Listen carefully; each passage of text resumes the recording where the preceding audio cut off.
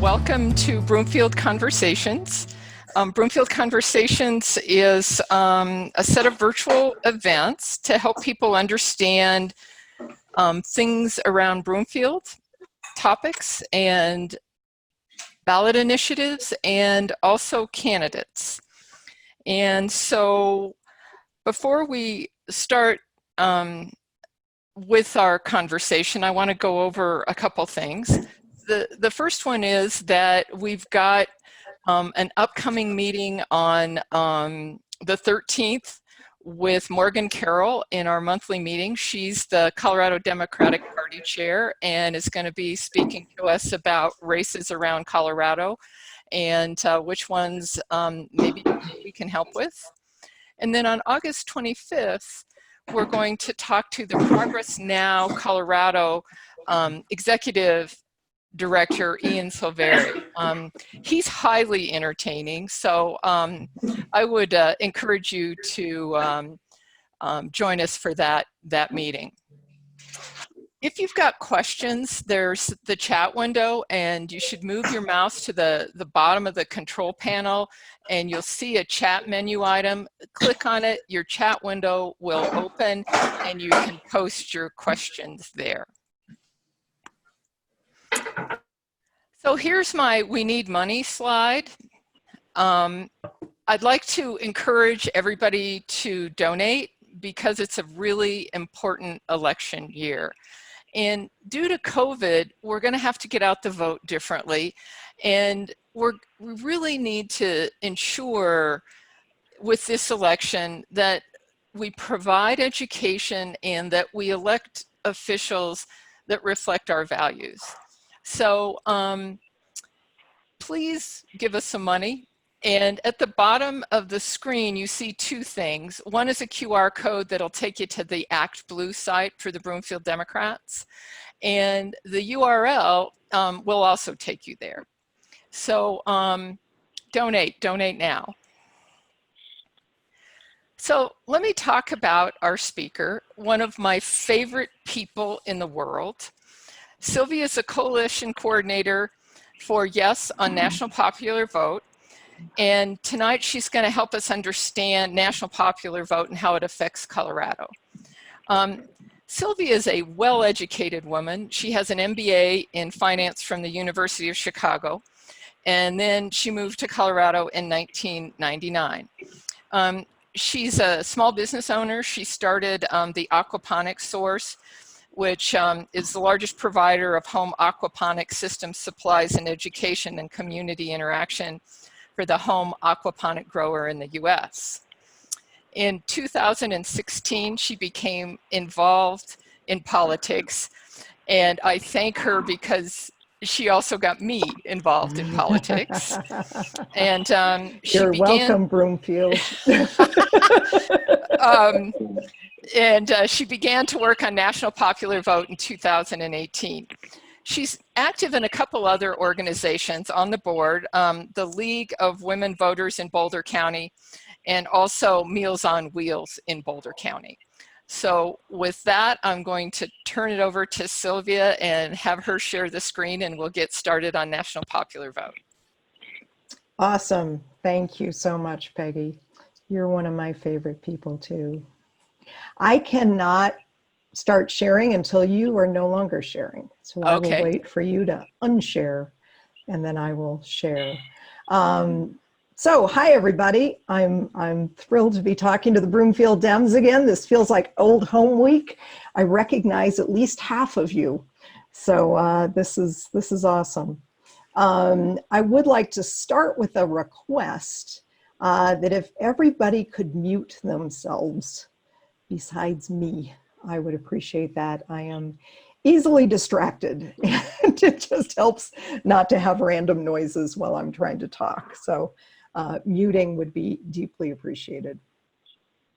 So what I'm going to talk to you about today, and several of you have already seen my slide deck and my shtick, so I will make my way through this as fast as possible, and then we'll get to the interesting part, which is usually when people are asking questions. And I'm excited to take your guys' questions and make sure that we're all on the same page and we're working off the same bit of information. I want to start by saying that just quickly to sort of frame what we're going to be talking about here today, and that is the National Popular Vote Bill, which, as many of you know, was actually passed by the Colorado legislature in the 2019 legislative session. Governor Polis signed it on March 15th.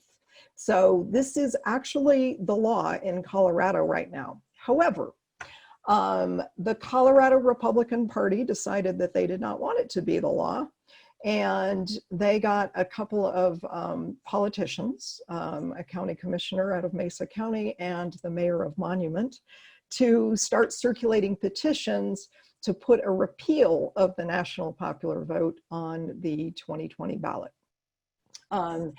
Those of you involved in Broomfield politics, which I'm assuming is most of you, will recall that there was an awful lot of activity in the winter of 2019, including a lot of recall activity going on. But the only one that they actually succeeded at was putting the national popular vote on the ballot. This was using little known language that's actually at the end of every single piece of legislation that passes in Colorado that I didn't know about until only recently. And that is called the safety clause. There is a box that you tick at the bottom of a piece of legislation when you submit it that basically says this bill needs to be put into action immediately, because it has to do with the health and welfare and safety of Colorado citizens. And if that box is ticked, you cannot go through what's this petition process. But about half of all bills in Colorado, that box is not ticked because it just doesn't make sense. And the national popular vote was one of those. Clearly, the popular vote is not about the health, welfare, and safety of Colorado citizens. So Senator Mike Foote, who was the main proponent of the bill, did not tick that box. And for the first time since 1932,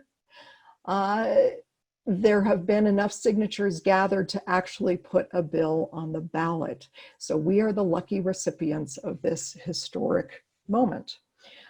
We are Prop 113, that we were assigned that number just a couple of weeks ago.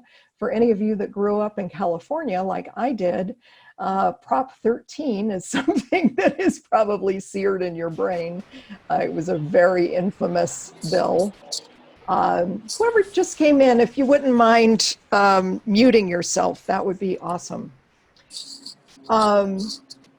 So anyway, we are Prop 13. We are looking for a yes vote, because the way that the wording of this is do you affirm what the legislature passed in 2019? So we're looking for a yes on Prop 113. So I just want to talk for a little bit about what the issues are that we are actually trying to solve with Prop 113.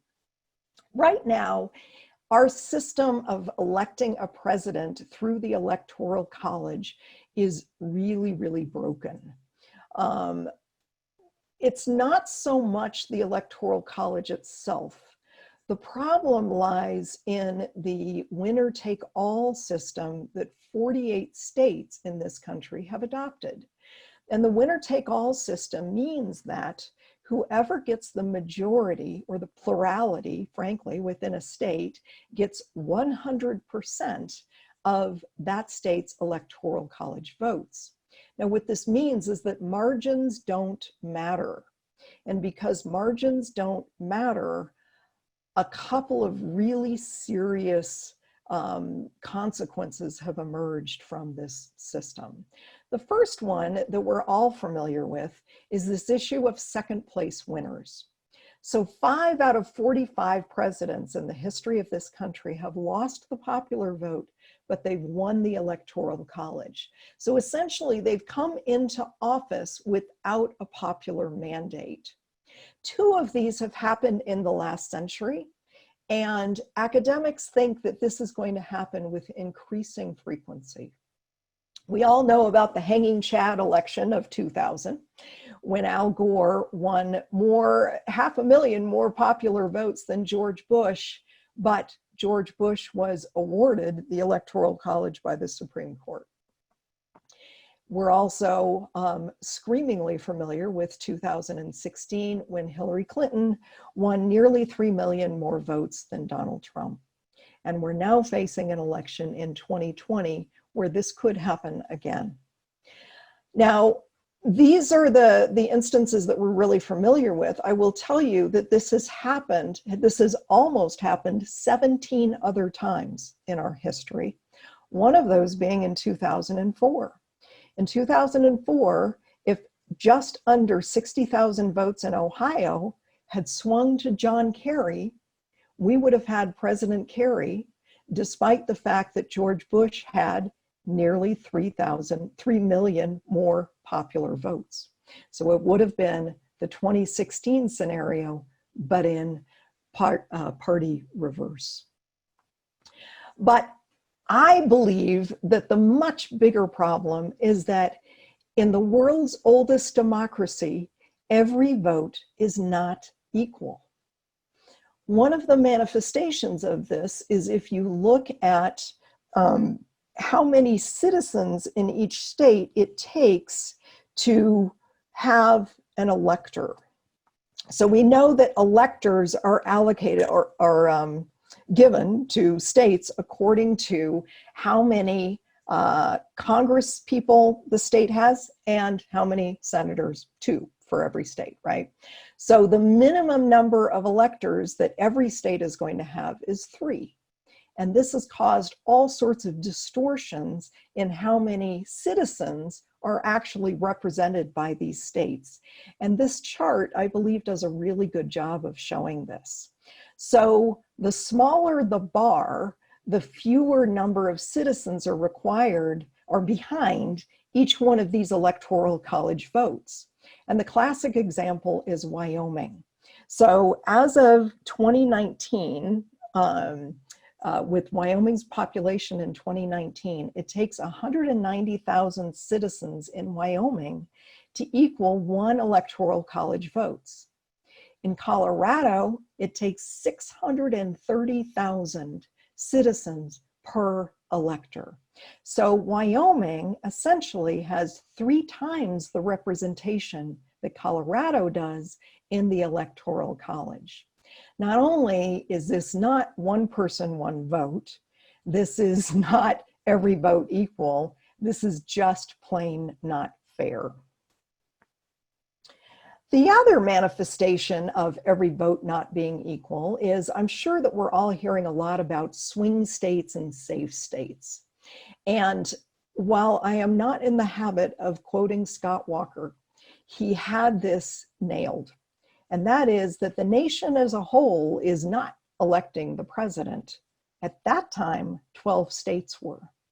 Right now, for the 2020 election, there's only about 6 to 8 swing states. So you can just put 6 to 8 in that quote, and that is our current reality.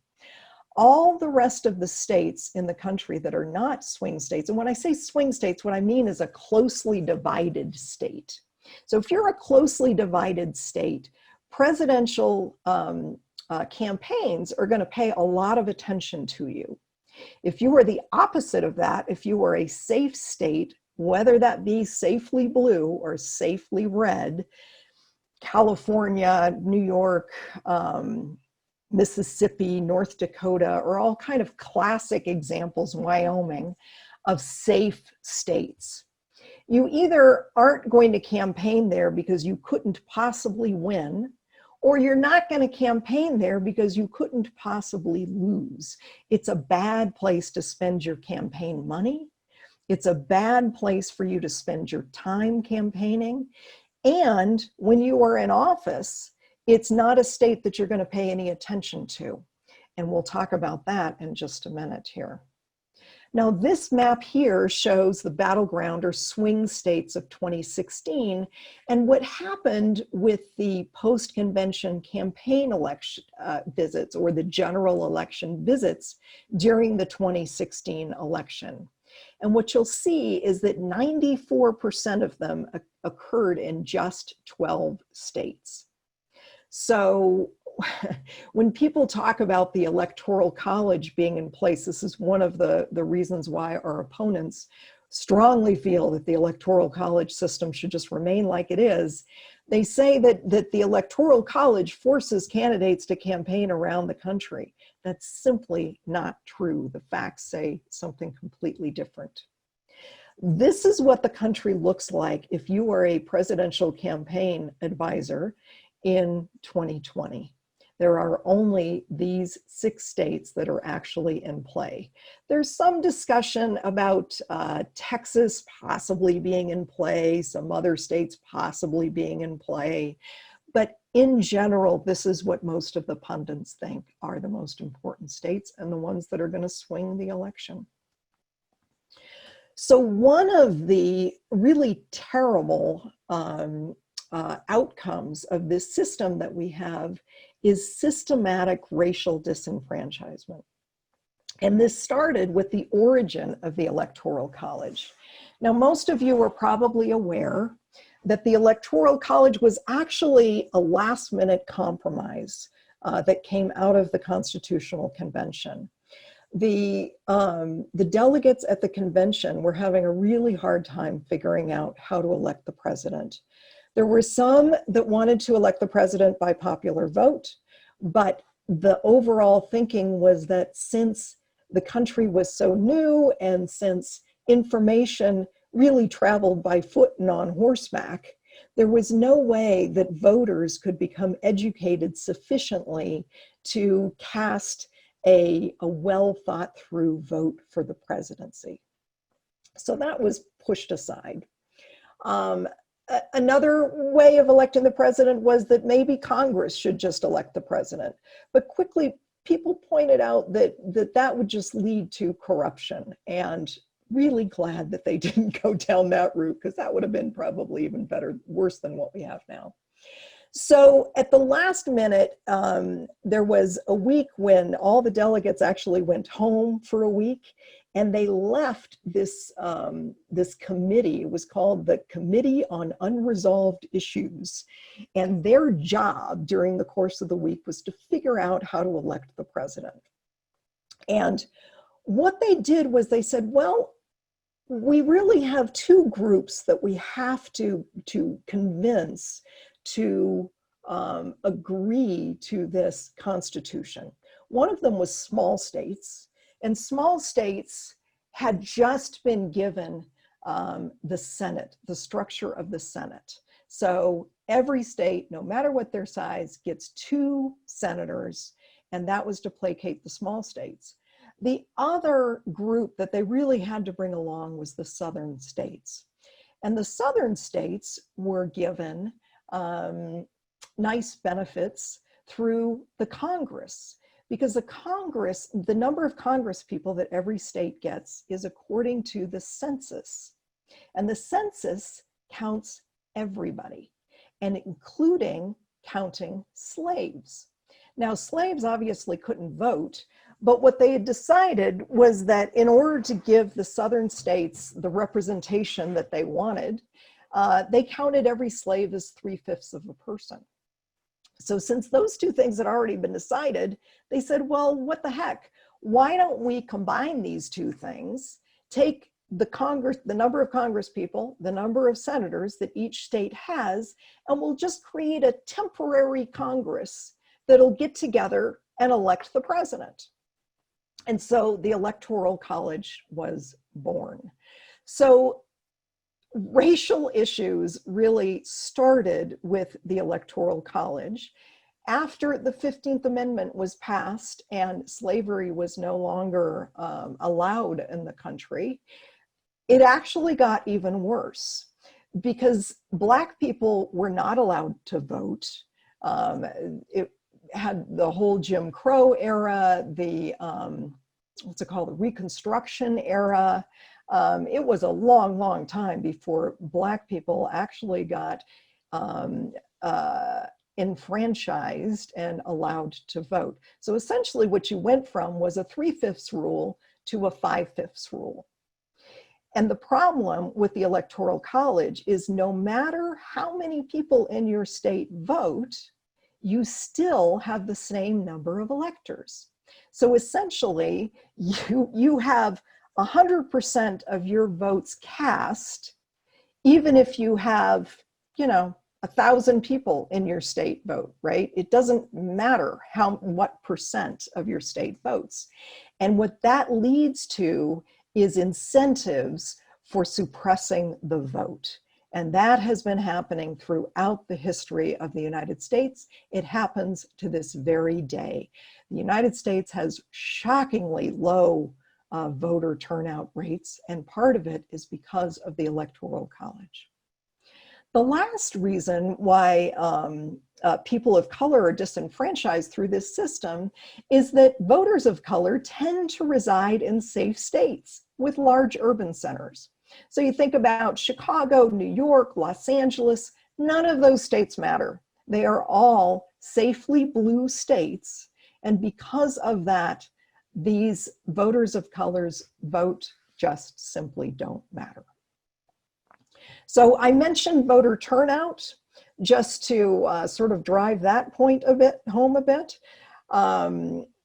Studies have shown that there's about a 15-point difference on average between voter turnout in swing states and voter turnout in safe states. And the reason for this is pretty obvious. If you are in a safe state, nobody's coming to your state to campaign. You're not seeing all the television commercials. You get the message, your vote for president just doesn't matter, because it doesn't. So this is really a problem, not only for democracy in general, but also for down ballot elections. So this is something else that we could fix through a national popular vote. And finally, once a president gets into office, there is, as we've all been sort of learning over the past 4 years, there is a tremendous amount of money that is controlled through the executive branch. And again, studies have shown that swing states receive about 7% more presidentially controlled grants. They receive more disaster declarations. They receive more exemptions. And they receive a whole lot more trade protection. This one example here, the solar industry actually employs twice as many people as the coal industry, but the coal industry happens to be rooted in Pennsylvania, which has historically been a swing state. And I would add to this that in our current pandemic, when you look at who is getting resources through the national stockpile, Florida has received 100% of their request from the national stockpile, not once, not twice, but 3 times. Colorado has only received 1 day's worth from the national stockpile. We just don't think this is right. So, how do we fix this? Well, hopefully you're with me and you believe that 1 person should equal 1 vote, and every person's vote should count equally. There is a way to do this without modifying the Constitution, and it is called the National Popular Vote. Now, the National Popular Vote is actually an agreement between states. It's an interstate compact. And these states that sign on agree to pledge their electors to the candidate who wins the highest votes nationwide. So instead of sending awarding our electors to whoever wins within the state, we just award them to whoever wins within the nation. And this simple move will actually fix all those problems that I was talking about earlier. Now, this doesn't go into effect until enough states sign on such that we have a majority voting block, and that is 270 electors. Once we have 270 electors, the winner of the popular vote and the winner of the Electoral College will always be one and the same. Right now, we have 196, or 2/3. We're 2/3 of the way there. That is assuming that Colorado keeps our 9 electors within the agreement. So I do want to point out that this actually preserves the Electoral College. We work with Article 2, Section 1 of the Constitution, which says that states have the complete and plenary control over how their electors are awarded. So honestly, if the state of Colorado, if the legislators said, you know what, I think we're going to award our electors by throwing darts at a dartboard, that would be completely legal according to the way that the Constitution is written. Now, nobody's going to do that, but by signing on to the National Popular Vote Agreement, what we're doing essentially is triggering Article 2, Section 1 of the Constitution. So, as I mentioned, we have already passed this in Colorado, and now we are on the ballot. We are hoping to affirm, have the voters affirm that they want to stay in the National Popular Vote Compact. We are looking for a yes vote. This in front of you here is the exact language of what's going to be on the ballot. So we were probably going to be towards the bottom of the ballot in what is surprisingly becoming a pretty crowded field of ballot measures. I do want to point out that we're very proud of our list of endorsers, starting with the League of Women Voters. The League of Women Voters has actually been a supporter of a national popular vote for the presidency for 50 years. They have been trying to get rid of the Electoral College since 1970. And in 2006, they joined with the National Popular Vote in supporting us. Whoops. And we also, this is a continuation of some of the organizations that have endorsed the popular vote, including recently, the most recent endorsement is from the Colorado Democratic Party, but we have everyone from the NAACP, Working Families, New Era, Calor, CIRC, a wide range of organizations from around the state. So I'm going to end there and just say that right now our big focus is bringing in volunteers. We really, really could use your help. We are using a system now called Outreach Circle. You can get into Outreach Circle by taking your camera and putting it on that QR code, just like Peggy's donate page. Or you can actually download the app Outreach Circle and just search for Yes on National Popular Vote. And within that app, we have all of our current actions. So that is the way to get in and support us. And boy, would we love your help. We would also love it if you went into our Facebook page and liked it and started following it. We're posting there about twice a day, all sorts of interesting stuff. We are, like everyone else, certainly interested in donations. And if you would like to learn more, then please go to our website at Yes on National Popular Vote. And that's it for me. I'm ready to take your questions. I have one. Okay. How is the opposition arguing against this? I will tell you that they're, first of all, we're all friends here, right? It's fascinating to us that the opposition was early on and is 100% supported by the Colorado Republican Party. And If there was ever an organization that should be in support of the national popular vote, it should be the Colorado Republican Party, because we are becoming a blue state. And the only way that Republicans in this state are going to have a vote is have their votes count is with the national popular vote. There has not been a single vote for a Republican candidate that has counted in the last 3 election cycles. That's over 4 million Republican votes that have been stopped at the border. And prior to that, it was 3 cycles of Democratic votes, right? So this isn't just a Republican and Democratic thing, but we're fascinated that they are fighting against us. Their main talking point is that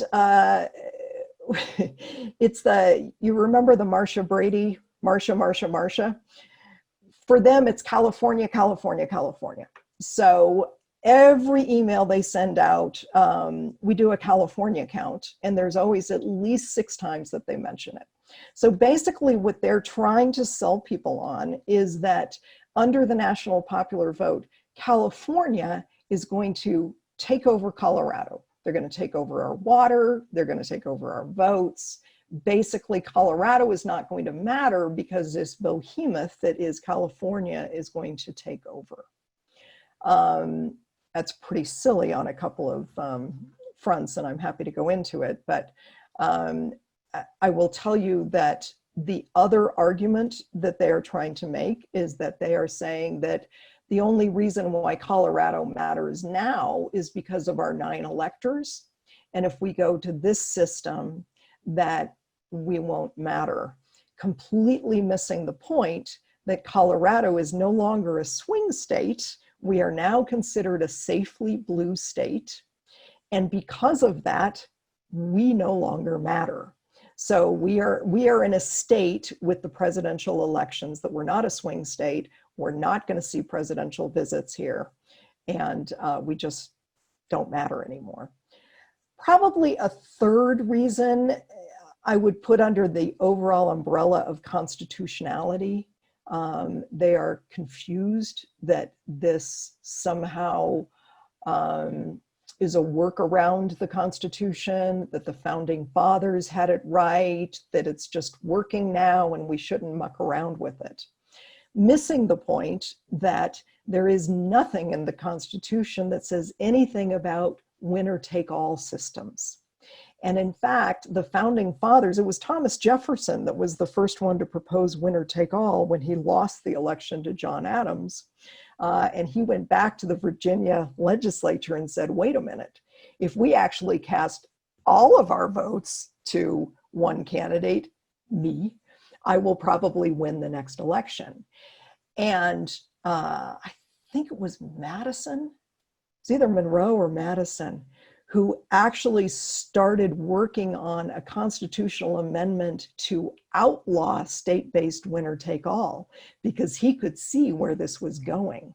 So the founding fathers sort of recognized that this system was fraught early on.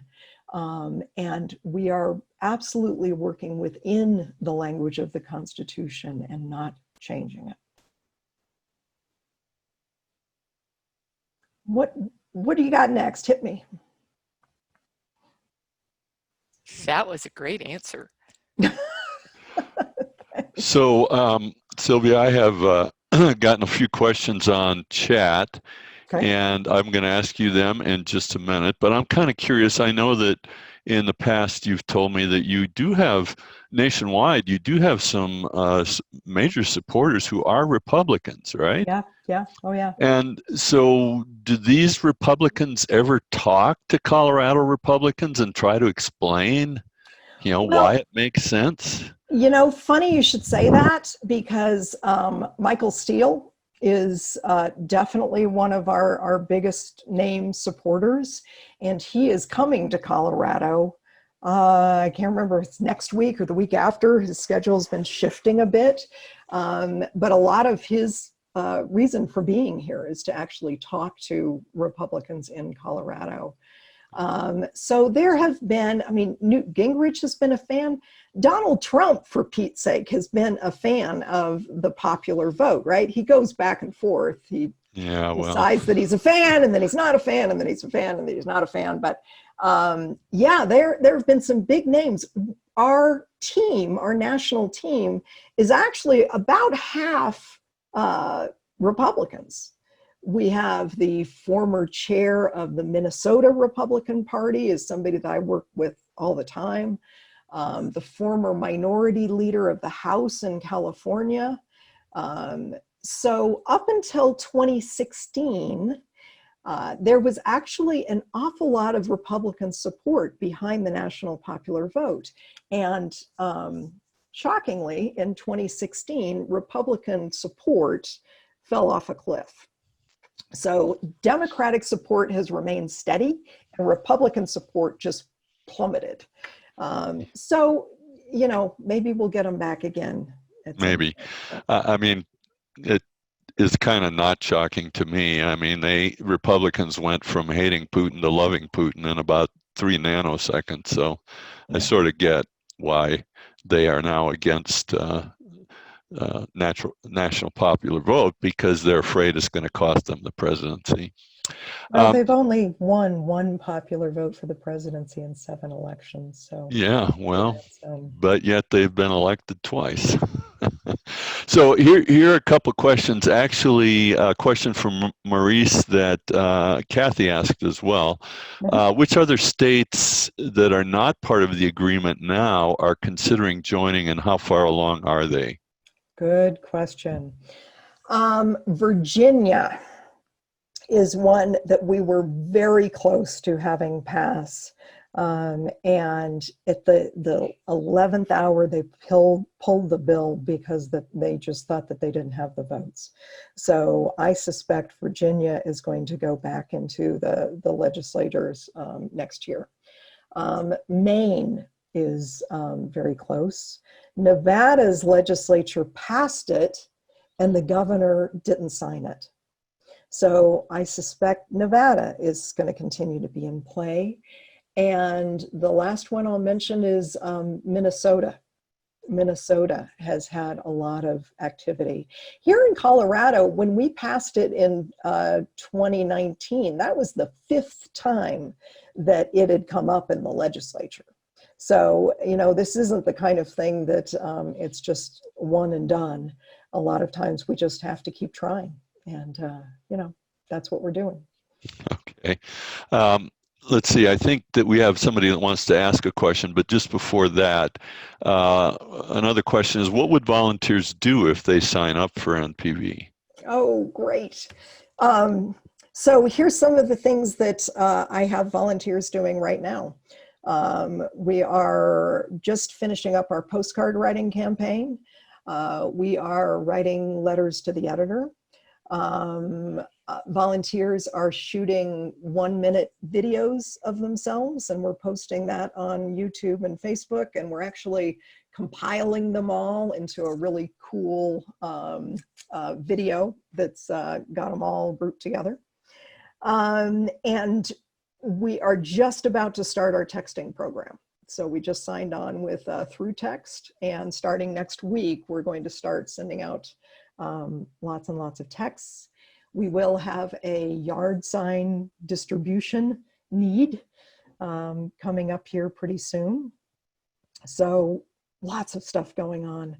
Social media posting. You know, when we have things that need to go out quickly, we will, through Outreach Circle, I will put an action on Outreach Circle. You'll get a ping on your phone, you know, National Popular Vote needs you to do this, and you post it up on Facebook. So there's going to be a wide variety of things to do, all of them socially distant. Okay. Lori Stevens wants to ask a question, and I'm trying to unmute her. Lori, you should be good to go. Can you hear me? Yes. Okay. Hi, Lori. Hi. So I actually totally agree with everything you said about the Electoral College. No problems there. And I agree that the Republican arguments are all very stupid. But I have one concern that I have not felt has been adequately addressed, and that is the impact of third parties on this. I could see a situation, let's say 2024, this takes effect. You have a very close race between Republican Tom Cotton and Democrat Kamala Harris. And meanwhile, some very popular, progressive candidate with a very, a very dedicated following. I called him Ralph, just to pick a name that's not totally random here. I don't think Bernie would do this, but someone could do this, right? And so the Democrats lose because the vote got split. And the Democrats are only going to lose if Ralph gets the plurality of votes in the national popular vote. All Ralph has to do is get like 5% and pull that, so that you have, let's say Tom Cotton got 48 and Kamala Harris got 46 and Ralph got 6 or 7 or whatever. That would mean that Tom Cotton wins. And this is a plurality system, not a majority system. That's my point. In that case that you just outlined, yeah. I can't remember if it's Tom Cotton or Kamala, but whoever the majority wins the national popular vote. They win the 270 electoral college votes that have signed on to the compact. Right. And they will win the presidency. Yes. So in that case, the impact of a third party candidate absolutely demolished the chances of the Democrat winning. And whereas with the electoral college, Lori, the third party candidate has no more impact than they do now. No. Well, so because it's whoever wins the majority. No. So if we have let's say a 40%, I'm trying to do math here quickly, a 40, a 45 and a 5, then that's not right, a 15, then whoever gets the 45 wins. That's my point, is that in my example, Tom Cotton got 48 and Kamala Harris got 46 of the popular vote. Mm-hmm. That means that all of the states, including Colorado, are going to throw all of their votes to Tom Cotton. But if it hadn't been for that third party candidate, a lot of those third party voters would have actually voted for Kamala Harris in that case. And with the electoral college, Ralph, the third party candidate, would not have gotten a single electoral vote because he wouldn't have won any states. Mm-hmm. But it's still possible that, depending on how the states went, and again, how the swing states fell, that Kamala Harris could have won. So my point is that I don't necessarily think that's, I want to bring up the thing that there are unintended consequences. There could be unintended consequences of this. And I think while maybe on balance, it's not like it's all good and no bad. There are ways that you could end up, because unless we have runoffs or ranked choice voting, you have the possibility that third party candidates could throw major and weird wrenches into the results and very unpredictable. Can I say something, Sylvia? Yeah. This actually probably effectively happened in 2016. Jill Stein probably cost Hillary the election because she got just enough votes in just enough states to give those electoral votes to Donald Trump. Mm-hmm. So this can happen. This can happen either way. Yeah. And that was because we had the current system. Right. You can't swing an election with that few votes if you have the popular vote. And Lori, let me tell you this. Think about the way that our presidential elections will happen under a national popular vote, really being modeled by the way that governor elections happen within the state, right? I mean, we elect the governor by popular vote, and you don't have a big problem with third-party candidates swinging the vote one way or the other. I guess I don't know if we do or not. You could probably find gubernatorial elections that have been swung by 4 or 5%. I think that the risk is higher for a nationwide election And that part of that is the fact that third parties, now that they know that they can have so much more impact without having to carry a full state, that they may have a greater incentive to make a big push in a presidential election. In other words, the world could change as a result of this. The patterns we've seen in the past may not continue. But I'll also say, though, that the way that we elect a president with states running the elections is not going to change. And there is a threshold to get on the ballot in most states. Kanye West would tell you that that's not so true in Colorado. But in most states, there's actually quite a threshold to get on the ballot. So, you know, you're right. There is a hypothetical world where that might happen. But personally, I think that's hugely outweighed by the fact that A, we will always have the candidate with the most votes get the office, and B, that every vote will count equally.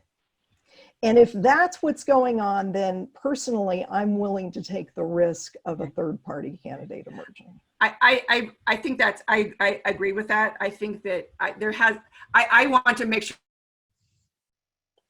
that the risk is known, that you could have some of these weird effects, and that we are knowingly taking the risk if we go with the national popular vote without a runoff or without ranked choice voting, which I know we can't do that because that would require a constitutional amendment. So. Yeah, and I'm with you there. I mean, once we pass national popular vote, I would love to see nationwide ranked choice voting. That's the next fight. Let's move on to another question. This one's from Andy. When will we begin to see advertising for and against Prop 113? Ooh, and do you have any previews you can give us about the kind of advertising you guys are going to be running? Andy, that's funny you should ask. You will start seeing advertising from us. We are certainly running some ads around Facebook right now. I just previewed 3 1-minute Facebook ads today that just went back to the drawing board for some work. You guys are having Ian Silveri from Progress Now in 2 weeks. Progress Now has created an awesome ad for us that we're going to start running around social media soon. As far as the big advertising, which is really TV, we have purchased 5 weeks of television advertising. So the 5 weeks before the election, we are going to be running ads. We have been working on a lot of polling, and we're just getting that polling back. It just got delayed. We're probably going to see it Monday. And that polling is really driving the ad creative that you're going to see those 5 weeks before the election. So, what are we in now? About 11 weeks before the election. So stay tuned. Well, I was just going to ask you about polling. So apparently, has there been no polling done in the state on this? Oh, we've been doing polling. But you can't tell us. Here's what I can tell you is that we are above water. We are not safely above water. We are, because we are trying to drive a yes vote on a ballot initiative, that's actually a tough place to be, because believe it or not, there are voters out there that just like to go no, no, no, no, no, no, no on their ballots. And so, depending on the poll and the demographic and all that, we are above 50%. We're in a much healthier position than our opponents, but, because there are undecided voters out there still. But we're not where we want to be. It's nobody's resting yet. Is there any opposition from either prominent Democrats or Democratic organizations? No. Okay. Cool. There are a handful of Democrats that didn't vote for it when it was in the legislature, mainly because they were coming from really tough districts and they knew that it would pass anyway. Okay. But we have really strong support on the Democratic side. Hickenlooper is a supporter. Governor Polis is a supporter. Casey Becker is a donor and a supporter. We really have very strong Democratic support. Cool. Peggy, do you have additional questions that you had queued up? Do I? Who's that? Oh, Peggy. Oh, he's asking me. The only thing that I can think of is tell us a little bit more about Outreach Circle, and this is just a personal question and we can cover it later, but that sounds like a pretty cool application. It is a pretty cool application, yeah. What it is it allows us to communicate actions to our volunteers on a real-time basis. Mm-hmm. And it's kind of fun too, actually, because you go in your phone and you're like, okay, what do I need to do today? And it will let you know when there's a new action out there. And yeah, I just set the whole thing up this week, so you'll have to check it out. If we are running out of questions, I'm happy to. I have a question. Great, because I want to go back and hit on that California issue if we've got time, because I want to arm you guys with the answer to that. I have a question, Sylvia, about your advertising campaign. Yeah. Because one of the things we're looking at is ballots are going to drop in 8 weeks and 4 days. So ballots will have been on people's tables for 3 weeks when your advertising campaign starts up. No, our advertising campaign is going to start up 5 weeks from the election. And my understanding is ballots are hitting the second week of October. Correct. So we're going to start our advertising the third week of September. So we have 8 weeks before we start with our Get Out the Vote effort. So we should be segueing, we should be dovetailing at the same time. Yeah. It's unbelievable how soon all this is coming.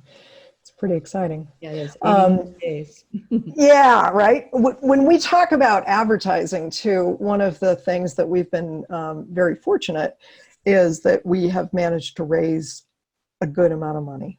So we've raised over $3 million at this point, and we've put most of it into advertising in those 5 weeks. So that's certainly going to help. There are a bunch of undecided people out there that we want to talk to. California. Let me go over that a bit, because you will be hearing a lot about California. That is what the other side is going to be hammering. So California makes up 12% of the country's population. They tend to vote about 38 to 40% Republican and about 60 to 62% Democrat. And that's been for the last 7 or 8 election cycles. I actually grew up in California. And when I grew up in California, it was solidly Republican and constantly voted for the Republicans. So things have changed and things kind of go back and forth. But when you think about those two numbers, that they make up 12% of the country, but they vote about 40% Republican, clearly what the other side is saying is that this is going to be a, crazy surfer dude liberal takeover of the country. And it's just not true. You can't win an election by getting 60% of 12% of the country. Now, sometimes you'll hear them add New York in there. So California and New York. So they take the 2 most liberal states in the country and blend them together. Well, New York has the same voting. They still, there's a huge population in New York that votes Republican. And if you add them to California, now you're up to 18% of the country. So again, it just doesn't make any sense. It's basically a sort of a nationalist othering thing that they're doing, ooh, big bad California.